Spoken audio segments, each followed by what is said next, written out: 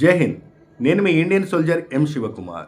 ఇప్పటిదాకా నేను రాసిన కవితలు, సాంగ్స్‌ని ఆస్వాదిస్తున్న నా దేశ ప్రజలకు నా నమస్సుమాంజలులు. మనిషి ఇంకా ఏదో సాధించాలని తపన, ఆశ, కానీ ఈ సృష్టిలో ఏది శాశ్వతం కాదు అని ఒక చిన్న కవిత మీకోసం రాయడం జరిగింది.